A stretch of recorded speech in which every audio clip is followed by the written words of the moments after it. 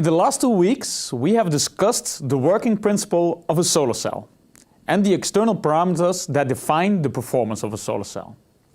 Now, we are going to look at how various solar cell concepts and photovoltaic materials affect the performance of a solar cell. For that, we have to look at some general design rules for solar cells. I always like to show this simple diagram to my students, which summarizes the important design rules. As you can see, I identify 3 important design rules: utilization of bandgap energy, spectral utilization, and the last engineering tool, which is light trapping. First, the real energy used to generate voltage is the product of the open circuit voltage and the elementary charge.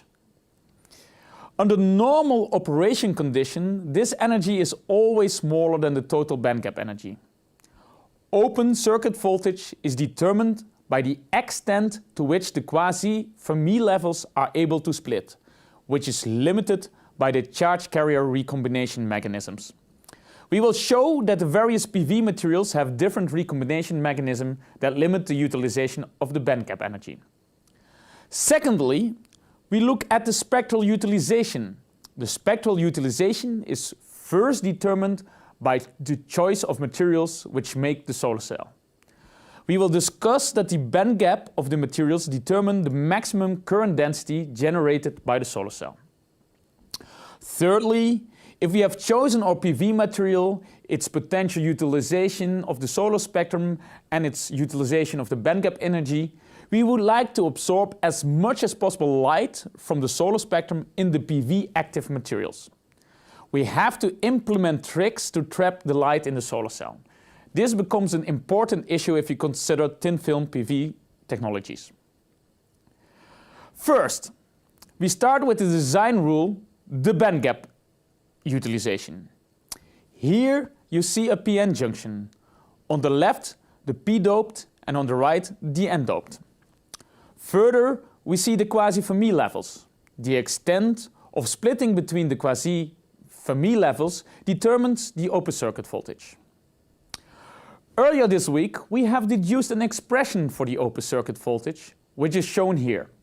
The open circuit voltage depends on the irradiance and the diode leakage current in the dark. This equation can be expressed in terms of the generation rate G, lifetime tau of the minority charge carriers, and the intrinsic density of the charge carriers of the semiconductor material. As the derivation of this equation is out of the scope of this lecture, we have included it as an exercise in this week's homework. The equation tells us 2 important aspects of the open circuit voltage. If we increase the irradiance, or in other words, the generation rate of charge carriers, the open circuit voltage is increased. This is a welcome effect which is utilized in concentrator photovoltaics, which we will discuss later this course. Secondly, we see that the lifetime plays an important role. The larger the lifetime of the minority charge carrier, the larger the open circuit voltage can be. Or in other words, the longer the lifetime, the larger the splitting between the quasi-Fermi levels is possible and the larger fraction of the bandgap energy can be utilized.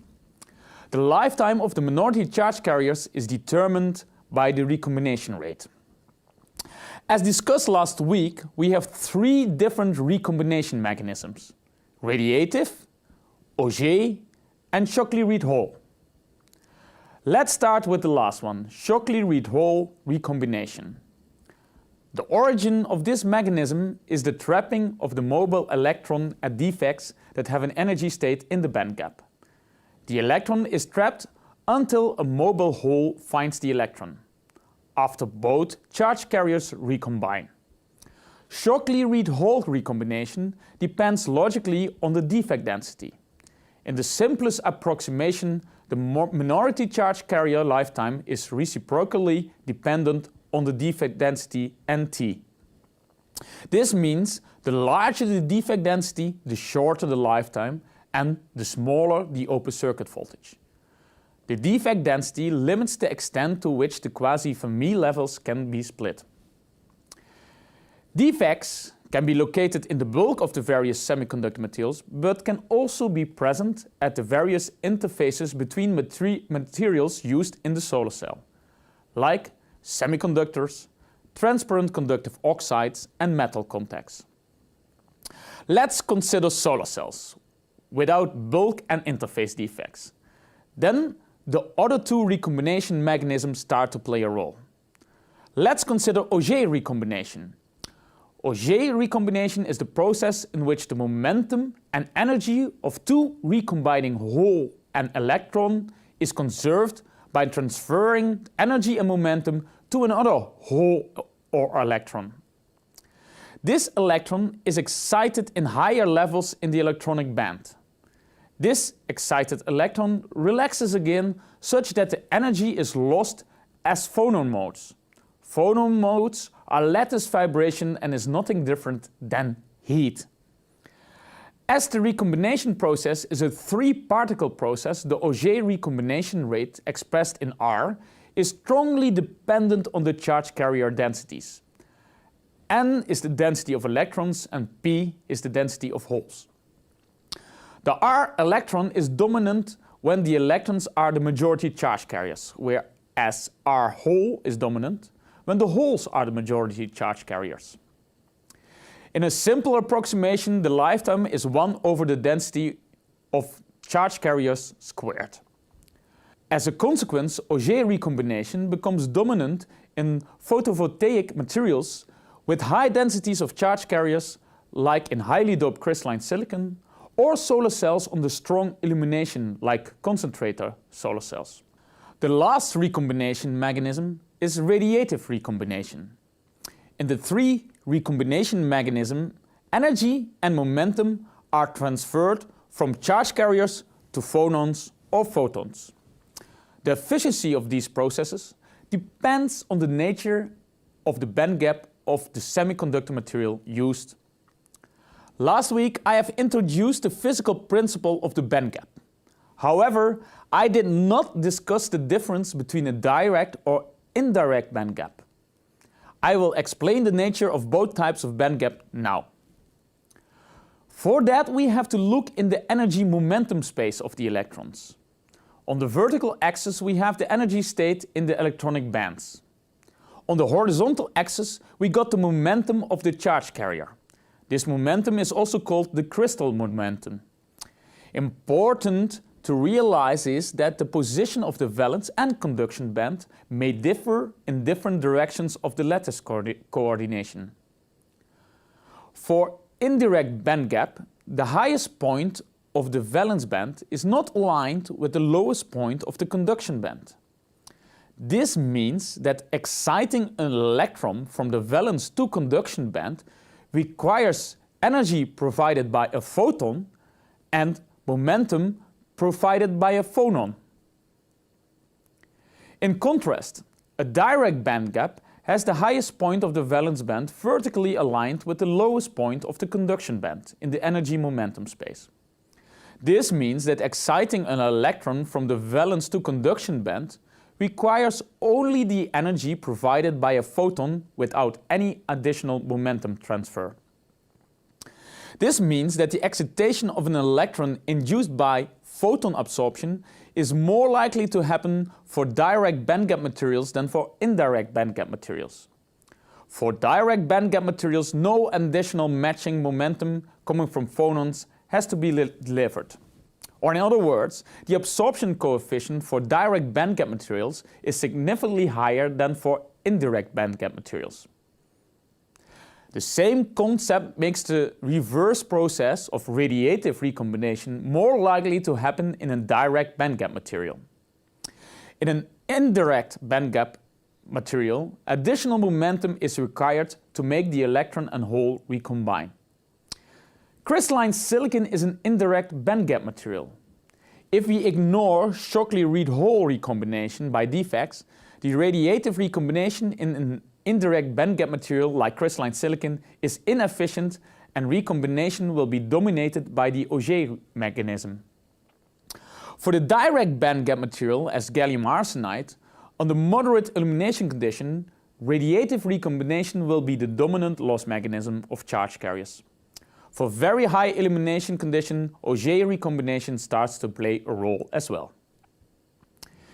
If we now go back to the open circuit voltage, it means that in defect-rich solar cells, the open circuit voltage is limited by the Shockley-Read-Hall recombination. In defect-free solar cells, based on indirect bandgap materials, the open circuit voltage is limited by Auger recombination. In defect-free solar cells based on direct bandgap materials, the open circuit voltage is limited by the radiative recombination. Next to the bandgap utilization, I would like to discuss the relation between the maximum thickness for the absorber layer of a solar cell and the recombination mechanism as well. The recombination mechanism, as we have discussed last week, also affects the diffusion length of the minority charge carrier. The diffusion length is given by the simple equation L, which is the square root of the diffusion coefficient D times the lifetime tau of the minority charge carrier. This leads to one additional limitation of the solar cell design. The absorber layer of a solar cell cannot be thicker than the typical diffusion length. Why is that the case? This is demonstrated in this simple animation. Let's consider photons that would penetrate far into the absorber layer before they are being absorbed. We want these charge carriers to be separated at the p-n junction or the back contact. But let's assume that these charge carriers are excited at a depth deeper than the typical diffusion length. The excited charge carriers recombine within the typical diffusion length before arriving at the p-n junction. In other words, their lifetime is too short. This means that all charge carriers generated at a depth greater than the diffusion length from the p-n junction cannot be collected. If the charge carriers are generated at a depth shorter than the diffusion length, they can be collected. This means that the diffusion length of the minority charge carrier limits the maximum thickness of the solar cell. Summarized, the open circuit voltage is limited by the dominant recombination mechanism. The dominance of radiative, Auger or Shockley-Read-Hall recombination depends on the type of semiconductor materials integrated into the solar cell and the illumination condition. In the coming weeks, I will give various examples of various PV technologies. In the next block, I will discuss the second design rule, spectral utilization. We answer the question of how much current density can we generate with a certain semiconductor material.